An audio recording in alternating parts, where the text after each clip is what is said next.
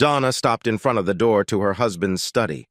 Ignoring the light brown walls, the masculine leather and teak wood she'd decorated the office with. His eyes turned to her when she opened the door, his smile automatic and warm. As he watched his wife carefully close and lock the door behind her, something in her eyes caught his attention. They had been married 15 years, been through troubles and trials, and he knew her as well as she knew herself. His wife was deeply concerned. Without taking his eyes off Donna, he pressed the intercom button on his secretary's desk. "If anyone needs me, Darlene, take a message. I'll contact them later. In the meantime, my door is closed. Unless the governor calls, I can't be disturbed." "Sure thing, boss," she chirped back. After a brief pause, she added, "If there's anything I can do, anything at all, just tell me." I saw something in her eyes, too. Donna stayed close to the door, listening to Steve's conversation with Darlene. She struggled to keep her composure. She wasn't sure it was possible, but she had to try. She awkwardly walked over to one of the dark red leather chairs that stood around a low table in the corner of her husband's office. Placing her large bag on the table, she tried to sit down gracefully. It seemed to Steve that she fell over as her legs failed to hold her up. With a soft scolding, Steve rose from the table and walked with long strides toward his wife. Kneeling down next to her chair, he took her hands in his. After a pause, he said in his low, husky voice, "I've never seen you so upset, love. Whatever it is, we can work it out. Don't forget we're in a partnership. Can I get you something to drink at the bar, coffee, soda? Maybe you need something?" "Oh, God, Steve, a drink is the last thing I need. It's part of why I'm in this mess," she whispered. "Donna, take your time. As ominous as it is, I love you, and you love me. Just tell me, please." "I don't know where to start, Steve. Monday at the party, today when Gil insisted I have lunch with him, or even months or years ago. I'll probably just be delusional. This is something I never, ever expected to encounter. This is something I never had to face until Monday." After pausing for a moment, Steve's wife looked timidly at her husband. Seeing something in Steve's eyes, she regained her courage and continued. "There were a lot of our friends at the party, as we expected. I had a great time and had a couple glasses of gin and tonic. That's not an excuse, it's just a fact. Around 11 or 11:30, I had too much to drink and went outside to get out of the smoke. I needed to come to my senses, too. I knew that if I drank any more, I would probably need someone to drive me home. It was a lot of fun, and I felt depressed that you missed it. It was chilly outside, and I was starting to shiver a little when Gil scared the hell out of me. I didn't see him at the party, though I'm sure he must have been there. Now I think about it, and it occurs to me that he might have followed me outside. Anyway," Donna continued, "he saw that I was cold and threw his jacket over me. You know, Gil and I have been flirting a bit. It's all innocent and has been going on for years. Well, we teased each other a bit, and then he asked me to come over to see his new office. Did you know he just became first vice president? But anyway, he took me to see his office. It was very nice. Not as nice as yours, honey, but I helped design yours." Steve nodded, beginning to guess where this was going. Gil had a reputation among the ladies, but he had no idea he was going to try to woo Donna. Donna sighed heavily, leaned her head back in her chair, looked up at the ceiling, and continued. "I took off his jacket, hanging it on the chair.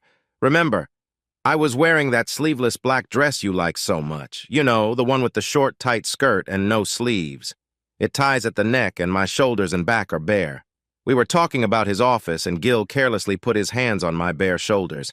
It felt really nice, and it made me want to have you around, so I didn't say anything. Besides, it was like the flirting we've been doing for so long." Donna took a big breath, letting it out all at once. Then she closed her eyes and continued. "Then things got crazy, and I don't know what exactly happened, but Gil suddenly put his arms around me and kissed me, and his hands were on my bare skin. I swear, Steve, I tried to push him away, but he wasn't paying any attention to me. I guess I wasn't pushing too hard. I really didn't think I needed to. All of a sudden, he started to feel good. I can't explain how it happened. It just happened. We were kissing and stuff, and I was trying to tell him to stop. Then he started taking my dress off. Somehow I couldn't stop him. I couldn't even stop myself. I swear, Steve, it just came out of the blue. I never thought I'd have to worry about Gil. He was our friend, your friend. When he took me in his arms and put me on his big desk, it was like a dream, a bad dream. Oh, shit, Steve. I let him, I can't say it. I'm so ashamed. I'll understand if you kick me out. I didn't expect this could happen. Oh, my God, Steve. Donna sobbed, cradling her face in her hands. If someone had told me that any man could do this to me and I would just let him, I wouldn't believe it. And my God, Steve, but I even liked it. Not like with you, but I liked it. I let him, and I loved it, and I hated it, even when I pushed him away. But I didn't fight it, and I'm so ashamed, so sorry. I love you, honey, but I let it happen. I know you'll never forgive me. Please forgive me. Never. For a moment, nothing could be heard in the room except the ticking of the regulator clock on the wall and Donna's sobs. Steve was stunned and deeply hurt, but his thoughts were already preoccupied with Gil's reputation. He wasn't shy about telling everyone how he could get the girls on his back at any moment. Somehow, the bastard had gotten through Donna's security, but he didn't think he knew the whole story. She hadn't told him everything, so why would she confess now? Donna, Steve began, why are you telling me this today? Why not on Tuesday or any other day this week? Why didn't you wait until tomorrow when we're home and alone? Steve looked at his wife with a long, puzzled look. Why are you even telling me this, Donna? You've been living with this for almost a week now. From what I've heard from you, it's not something you're proud of. Why didn't you just swallow it and keep it to yourself? Tell me, Donna, it's important. Steve lifted his wife from the chair and helped her over to the couch where he sat down next to her, pulling her to him and putting his arm around her shoulders. I've seen you cry before, Donna. I've seen tears of joy, tears of anger. I've seen you cry tears of frustration, and I've seen you cry tears of devastating grief. Do you remember when your sister's baby died? You sobbed so hard and your eyes filled with blood, just like they do now. That's what happens only when you feel a big hole in your heart and you're not sure it will ever be filled.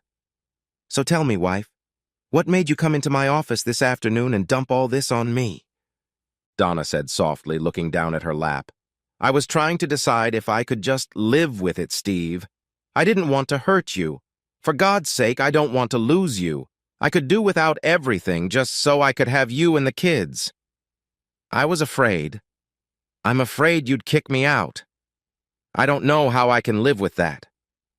After a pause, she continued, Gil called me today and insisted that I have lunch with him. I met him at Sanderson's at 1:00 p.m. Thank God he met me there. I didn't want to go, but when I thought about it, everything fell into place. I could tell him that what we did was a one-time thing, like it never happened. I could tell him how bad I felt about what we did. I was going to let him know that there was nothing between us. I was going to tell him he wasn't my friend anymore if I had to do that. She looked fiercely into Steve's eyes. But he won't let that happen. Despite claiming she didn't need anything, Donna stood up and got a bottle of water from Steve's secret bar. Sitting back down, she looked Steve in the eye and continued, His office is bugged, Steve. He took pictures of us and what we were doing and was going to show them to you and anyone else he came across if I didn't do what he said. Steve, he told me he owned me. Oh, God. And she broke down again, but not for long. I was really glad he met me at Sanderson's. He gave me an envelope of pictures. I told him I'd never in 100 years do what he said. Steve, he tried to grab me and take the envelope away. Then David came over to the table. He's such a coward. But when Gil looked up to see his eyes, he sure didn't know it. He was so scared of him, it wasn't funny. Gil just turned white. David walked me to my car and made sure Gil didn't bother me again. Getting angry, Steve asked, What pictures, Donna? Where are they? They're in my bag, Steve, but I don't want you to see them. Please don't ask me to show them to you. I'm so embarrassed. But what he was doing was blackmail. And I remembered other women and nasty divorces. Maybe they couldn't do what he wanted either. I think he's been doing it for a long time. After a long pause, she added, The pictures are in my bag, Steve. You can look at them if you insist. But I'm really ashamed of them, and I don't want you to see them. Steve looked at her for a long time. She saw the questions, doubts, and shaken trust in his eyes. Steve, there's something I want to tell you. I didn't want to have to say it, but now I have to. Don't ever worry that another man might be a better lover than you.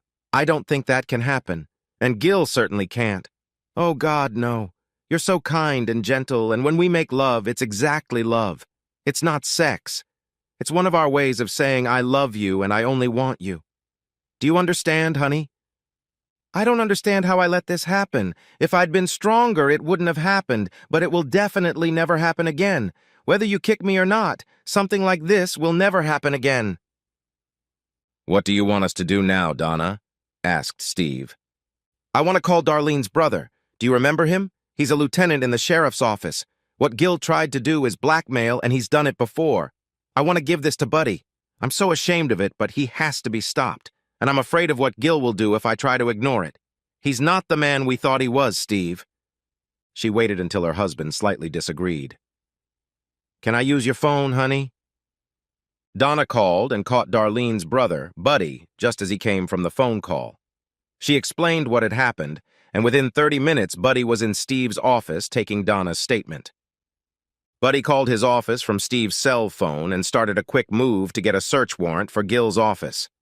That same evening, sheriff's deputies discovered several hidden cameras in his office. A small locked file cabinet safe in the corner held over a dozen folders of photos similar to the ones Gil had taken of Donna. Along with the photos, he kept detailed records of his actions with the women he blackmailed. All night, Steve lay awake, lying on his side with his back turned to Donna. It was his favorite posture, and he was sure his wife would read nothing into what could be called a symbolic turning of his back to her. Opening his eyes and staring at the wall, he analyzed today's shock. He hadn't expected it, couldn't even believe it, and yet he understood it. 6 years ago, he had screwed it up himself. That had been the one time, and it wouldn't happen again. The guilt and grief he'd endured was too much to bear. Hell, he still felt it sometimes. Now his wife was going through the same thing, but Donna had the added burden of the blackmail attempt, and with it, the possibility that the whole story would become at least semi-public. Thank God he never told Donna what he'd done. And she'd been forced to confess to him. Now she was terrified that he would be so outraged that he would leave her. Well, if this had been a permanent affair, he might well have done so. But they had been life companions for too long for him not to notice the anxiety that gripped her. He smiled grimly. If he needed to punish her, what she was going through now was a good way, better than any other. Breaking up the family wouldn't solve anything. It would only add another layer of grief. He could tell her she had nothing to worry about, but she wouldn't believe him. The only way out is to live with her the way they've lived for the past 15 years. He would treat her the same way he always had. In time, her fears would ease, and he believed their union would be stronger than ever.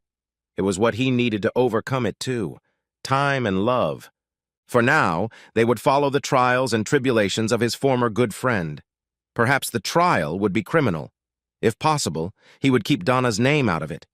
Surely there were enough other women who had been victims of Gil's depravity, and 1 or 2 of them were so relieved to be free of him that they were willing to testify.